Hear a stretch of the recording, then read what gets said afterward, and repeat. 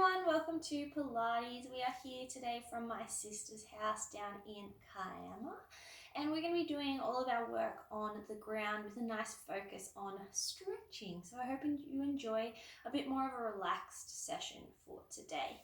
We're going to be starting all the way down on our back, and the first movement that we are going to do is taking a knee towards our chest and holding underneath the knee.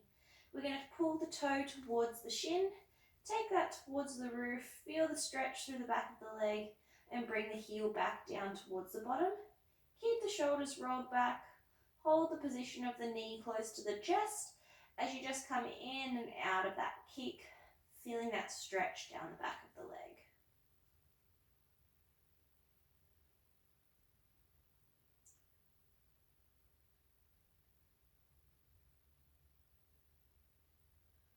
Going for about 10 to 15 of these.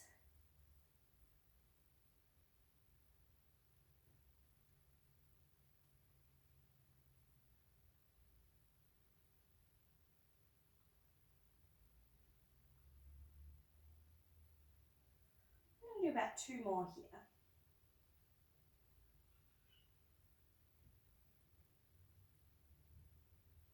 And changing sides. Again, bring that knee nice and close to the chest, hold underneath the knee on the thigh, pull the toes towards the shin, and take that foot up into the air, feeling that stretch down the back of the leg.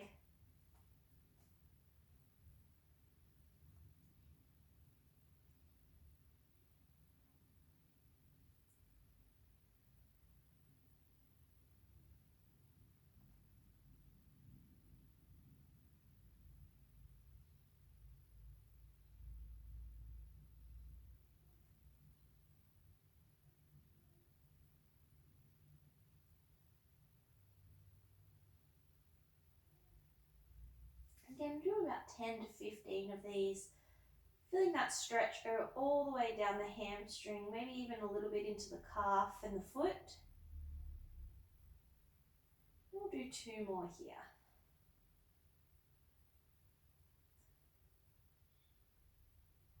This time what you're going to be doing is the knee will come up towards the chest. It'll then go across the body, and you're going to start to kick that leg out to the side and then bring that knee back in. So from this side, what that will look like is bringing the knee up to the chest, taking it across the body, kick out straight and relax.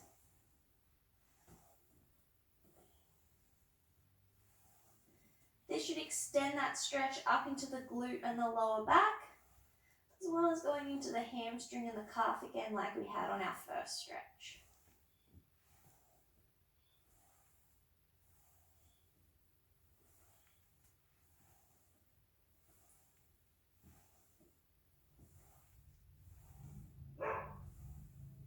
And going the other way.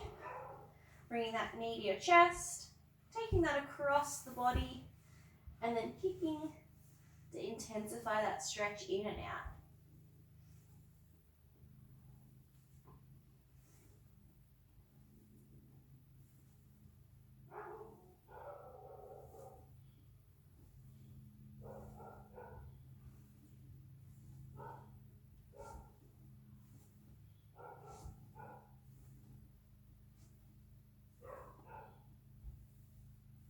And just 2 more. Going back to be on your back, what we're going to be doing is having one knee bent so the heel is nice and close to the bottom. The other leg you're going to take nice and straight. We're going to be turning on our lower core as we take our leg up into the air. So the idea is turning on by drawing the belly button in, holding the rib cage flat down onto the ground. Keep the leg that is on the ground nice and light, so don't push through the heel. You just want that foot floating over the floor. Hold in, draw that belly button in and up. Take this foot up into the air. Try and hold that position of your pelvis as you come up, so you don't want to tuck your tailbone to really try and lift the leg any higher than what you're actually capable of with the length of the back of the leg. So hold your hip position, taking the leg as far as we can to get that small stretch and that activation here, taking the heel back to the ground. We're going to go through 20 on this side and then 20 on the other side. Remember to keep drawing in that belly button.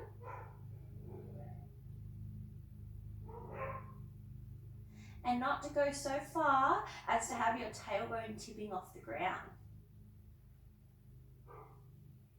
Remember to keep the foot nice and light. You should be about halfway now.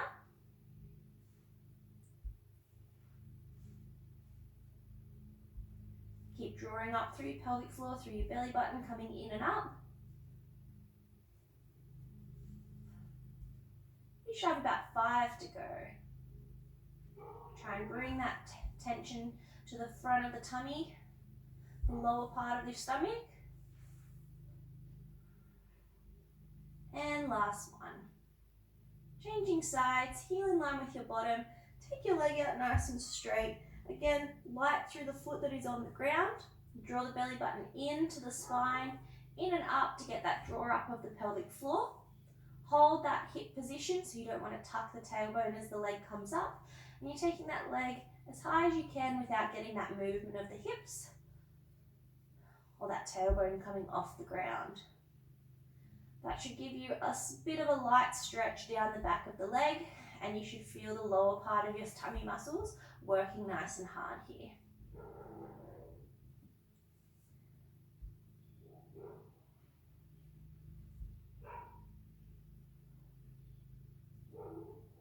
Keeping that light foot on the ground so you're not pressing through.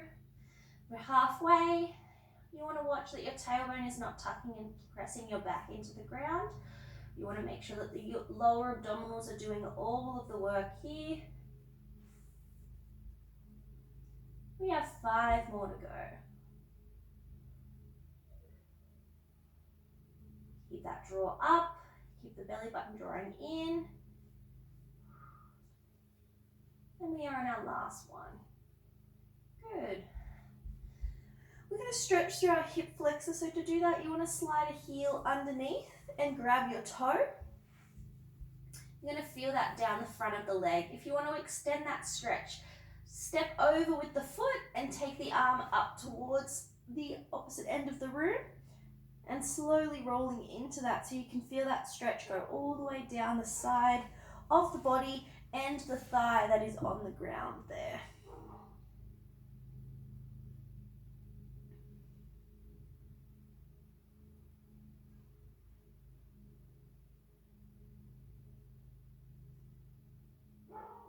We'll take that stretch all the way to the other side now.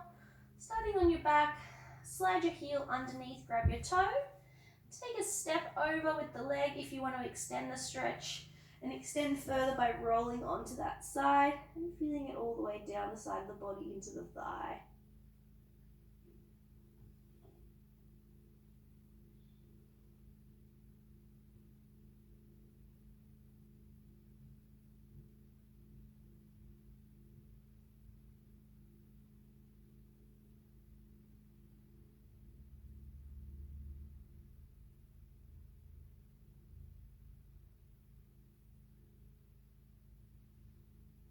Coming back onto our back, you're going to bring your knees up into a tabletop position now. So knees should be directly over your hip and you should have a 90-degree bend in that knee as if you are sitting on a chair here.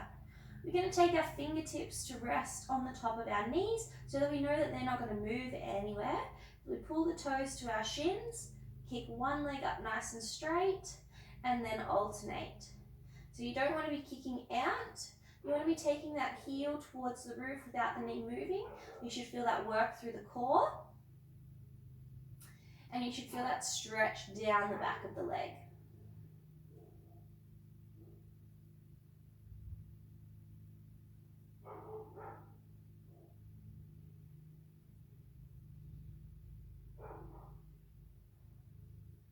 If you feel that you're in control, you can take your hands here and roll your shoulder blades back to the ground. You want to keep kicking, keep feeling the core on nice and strong.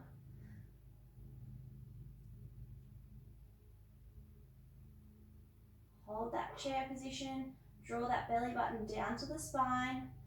Melt that rib cage into the ground. You are only moving by straightening the leg. You want to be able to keep everything else nice and still so we can feel that being held strongly through the middle of our core. Keep that pelvic floor drawn up. Make sure you're able to comfortably breathe so you're not holding too much pressure in your abdominals.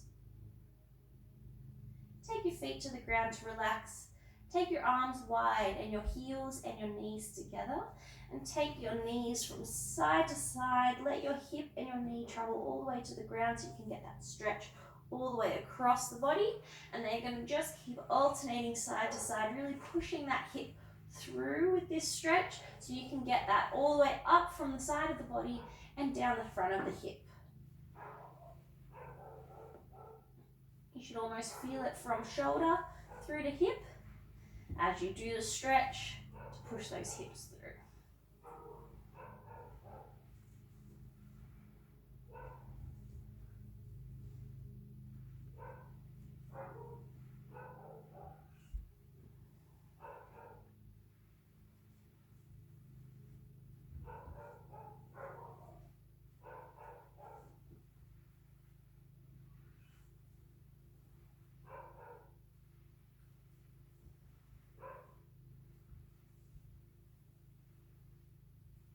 We're going to come back into our tabletop position now, so heels off the ground with the knees floating above the hips. It's feeling like we're sitting in a chair. From that position, you're going to take your leg to straighten. Take the heel to touch the ground. Bring it back up nice and straight before bending the knee. We're going to alternate sides, so heel touches the ground and then changing sides. Making sure that you've got a separate movement in the way that the leg straightens to feel a stretch. Heel touches the ground to turn the abdominals on and coming back up for the stretch.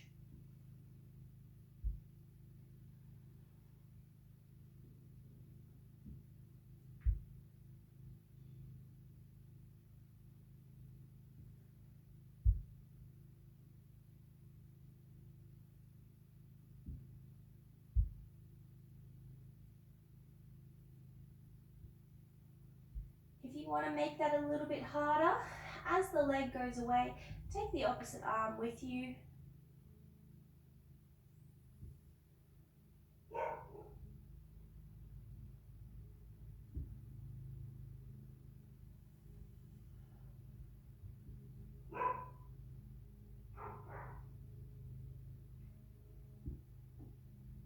You're just going to go one more to either side.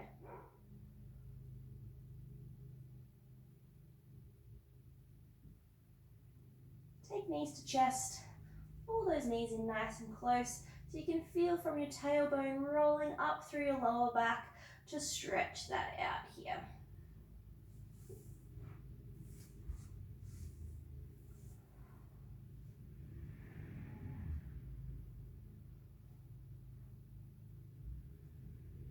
We're going to go all the way onto our side now. We're going to extend that stretch from hands in line with hands. Keep your head rested on the ground.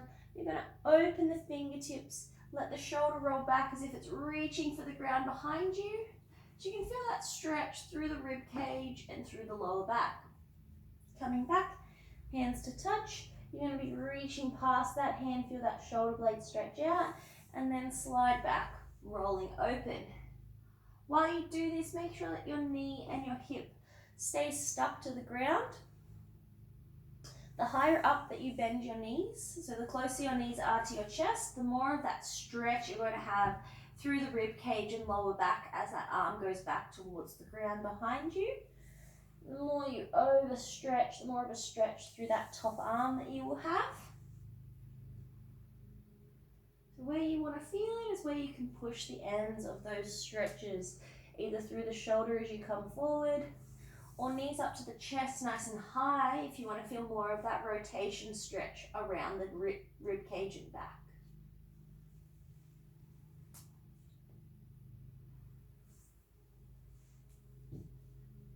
We're going to do one more, and we're going to swap sides.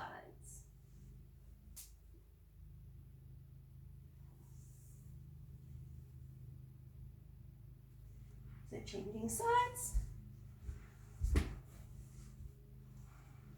Firstly, thinking about fingertip on top of fingertips, knees bent up and head relaxed on the ground. Remember to slide the arm forward if you want more of a shoulder stretch, and then open that back towards the ground behind you, drawing that shoulder blade to the ground to open up the chest and the back. Slide all the way forward and sliding around the shoulder. Again, the higher the knees are in front, so if you're bringing those up towards your chest, the more of a stretch you are going to get around that rib cage.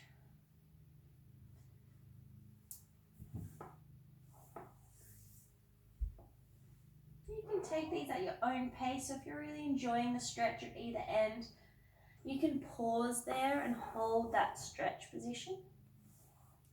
Or you can move through them nice and quick.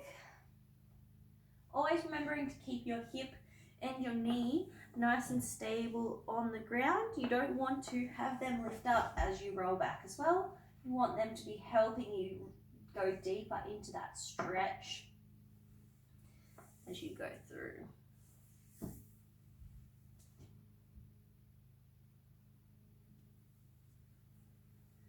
We'll go for our last one here.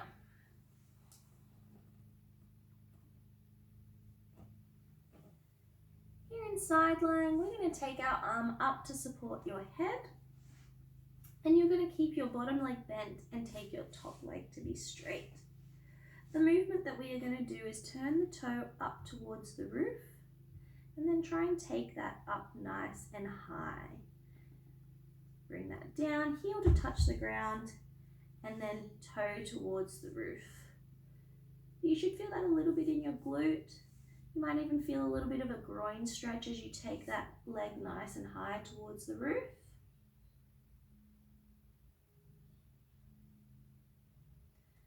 But the glute should be doing the work here as we come up and down.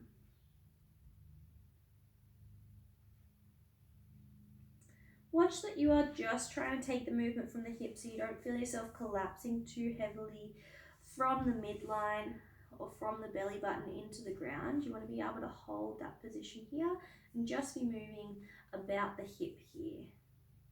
So even a hand on the top of the hip might be able to help you feel if that is happening or not. The other thing that you want to be watching for is that your hip is not rolling too far back, so you're not rolling off the hip to do the movement. Trying to hold nice and still from everywhere but the hip joint down further at the level of like your glute rather than the level of the pelvis and the abdominals. Try and draw that knee to lock it out, so you're trying to straighten that leg nice and strong as you're taking that leg into the air.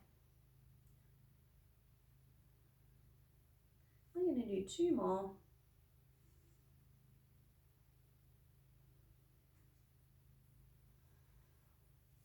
And taking that to the other side now. So the setup is the same. You want to have your arm nice and long to support the head. You want your bottom knee bent and your top leg nice and straight. You're thinking about holding a nice core position by holding hip on top of hip. So if you had a plumb line through the big bone on your hip, it should hit directly on top of the big bone underneath on the other hip. Holding that position, turn the toe up towards the roof. Take that leg to the sky. Again, you might feel a little bit of a stretch through the groin down near the inside of the knee, and you should feel the glute work and get a little bit more tired as we go into this.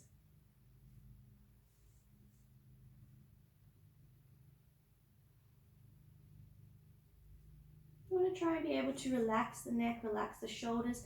They shouldn't be helping you do this movement. They should all be coming from the glutes, the hips. You should be able to hold your core on lightly just to stop you from collapsing in the middle, to be trying to overlift that leg. You want it to be coming just from our glutes here. Try as hard as you can to keep that toe up towards the roof. It does get a little bit hard as you get fatigued to keep that turn up of the toe. Using a hand on the hip so that you can feel whether or not you are taking the movement from the hip itself or from the pelvis.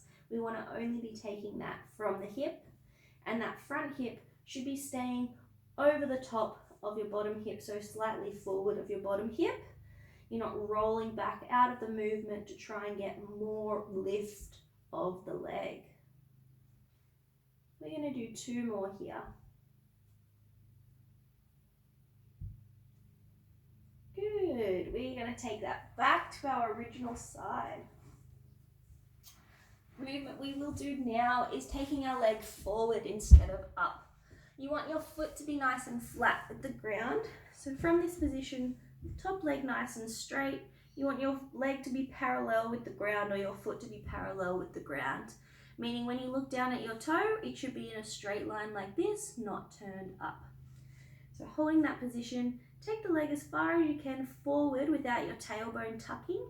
So like we did on our back, where we were making sure we weren't tucking our tailbone off the ground, you want to be holding that nice and still as you slide forward and back as far as you can to get that stretch without the tailbone tucking.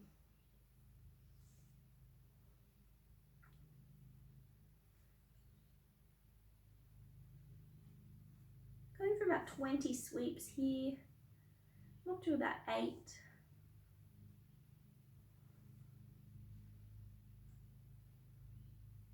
Should really burn your glutes. I've done 12, we have 8 to go.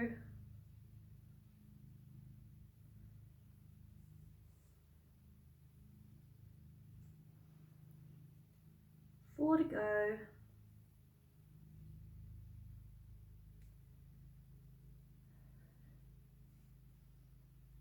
Last one. Good, you should be really burning around the outside of your glutes. We want to take that to the other side.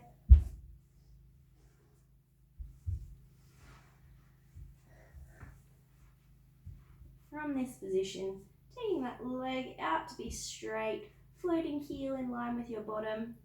Oh, I can feel my glutes already. We're going to swing that foot out without getting the tailbone tuck. We're going for about 20 of these, remembering the foot should be parallel and you shouldn't have to bend through the midline. You should be only moving at the hip. Got about 15 to go.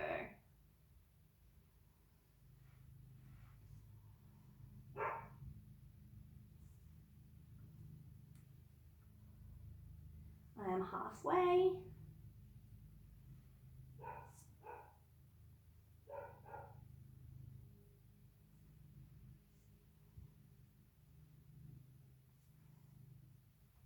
I have 5 to go. Really feeling that through the glutes. Hold your hips and your belly nice and stable. 2 more. Last one. And relaxing. We're going to be all the way on our belly and into a nice deep glute stretch. So bring your knee in front of your chest and then sitting down over the top of that glute stretch here.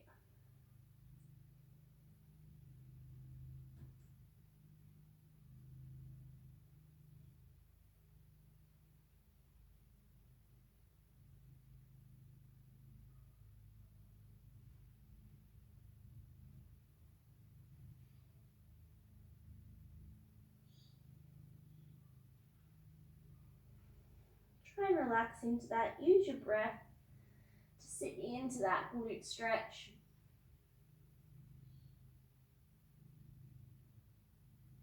And let's alternate sides. So bringing that knee up in front of the chest and sitting into that. Feeling that all through your glute here. And as you take a breath out, you want to try and sink further into that stretch.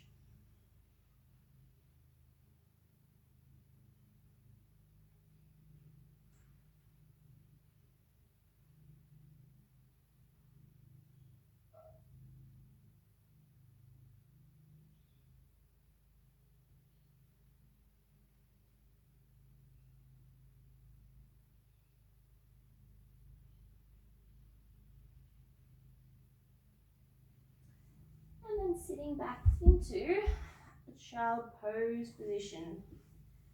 Think about creeping your fingertips away. You might feel that through your lat muscles underneath your arms. If you want to feel a little bit more through your tailbone or sacrum, take your knees apart and sit further back into that.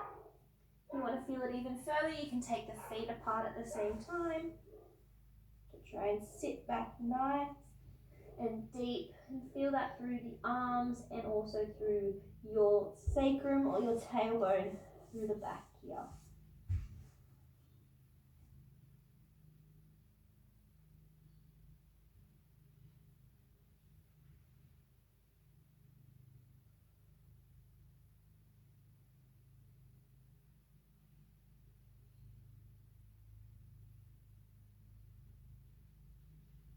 Coming up into our 4-point kneel position, we are just going to be doing a bird dog. So a normal bird dog today, no modifications.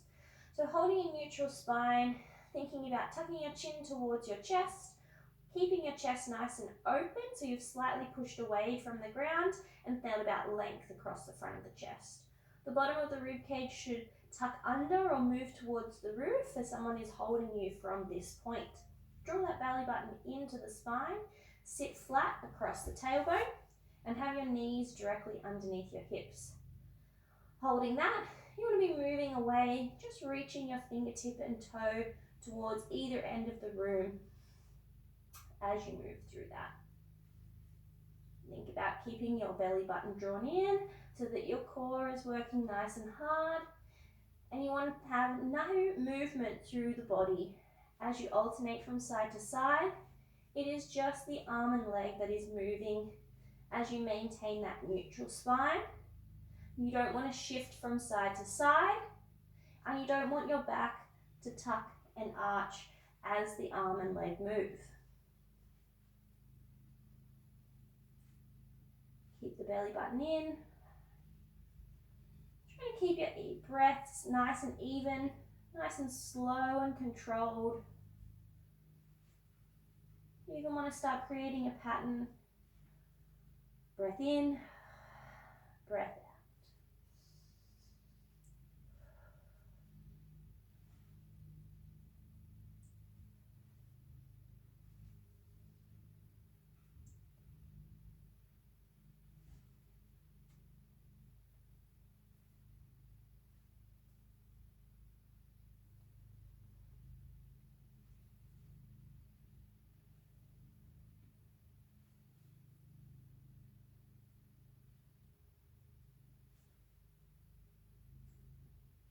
And relaxing. We're going to go into a cat-camel stretch to finish off.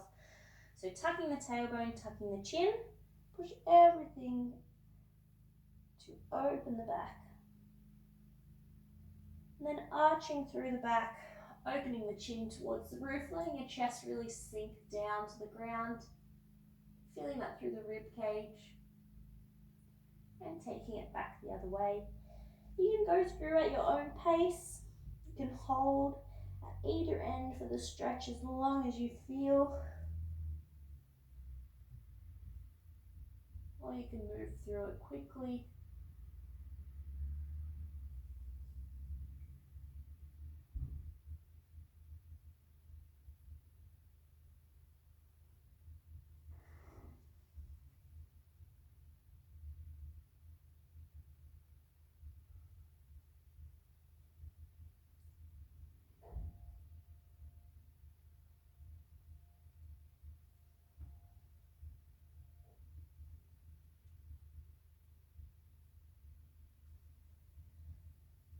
You can stay there, or you can move the stretch into a fully kneeling position. So you're tucking and letting yourself roll.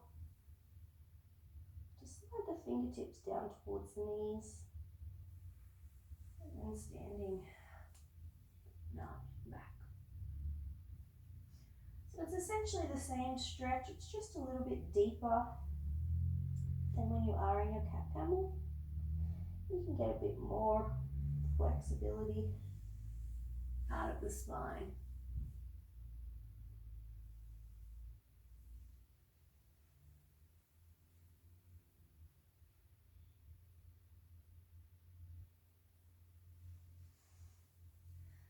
Awesome. I hope you enjoyed a little bit more of a slower paced stretching Pilates for today, and I hope to see you again next week.